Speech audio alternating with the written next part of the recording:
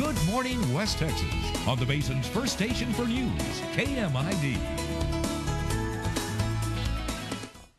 Well, thank you, sir. Dan Alderson is with us this morning. He's so smart. I was trying to figure out where I should say he's from. He's with Atmos, but telling us a bit about the pipeline safety. And you're here representing the Texas Pipeline Awareness Alliance. And you have good information for us today about gas and just the markings of pipelines and things like that. But first, tell us, when did this Awareness Alliance begin? Well, Natalie, we actually started this in the summer of, well, actually, we worked on it for 2 to 3 years. But it began in the summer of 2006, June, in fact, of 2006. And what do you want people to know about this Awareness Alliance and pipeline safety in general? Well, number one, pipeline safety is very important. The pipeline industry, matter of fact, is one of the safest industries because it's all underground, and the transportation system is very, very safe, as you know, living here in the Permian Basin. But we want people to know what to do when they smell gas, what to do when they see visible signs of maybe a leak, different things. And so the first thing they should do is contact their pipeline company. Pipelines are marked with pipeline markers. A lot of the damage comes from third-party contractors or people digging without calling 811. There is a national 811 call before you dig. Call before you dig. Now, where will that extension or 3 digits get you to? It'll get you to the national or to the Texas call before you dig system.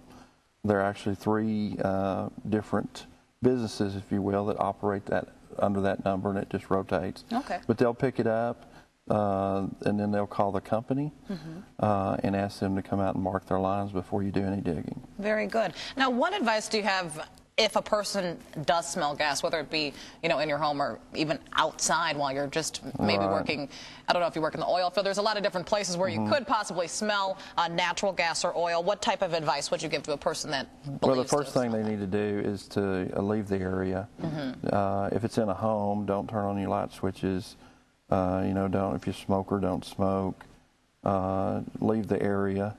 Go to a safe place where you don't smell the gas anymore, and then make a phone call to either 911 or the local pipeline company that you're aware that's in that area, or Atmos Energy. Now, Atmos is always doing so many great things as far as trying to keep your energy costs down. We've been able to get a variety of light bulbs and things like that to give away through Atmos as they're trying to just keep the energy numbers low as far as the bill is concerned. What else is Atmos working on as far as restoring the pipelines and restoring the safety?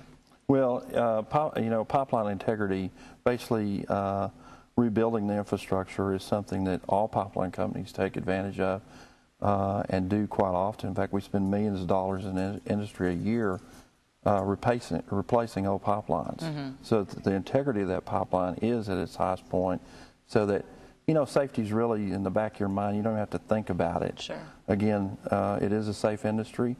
I would encourage pipeline companies that aren't a part of this Texas Pipeline Awareness Alliance to go to pipeline-safety.org. Okay. That's the website. In fact, Natalie, on the website there is a lot of good information. There's even some tests that you can test your knowledge, share it with your kids.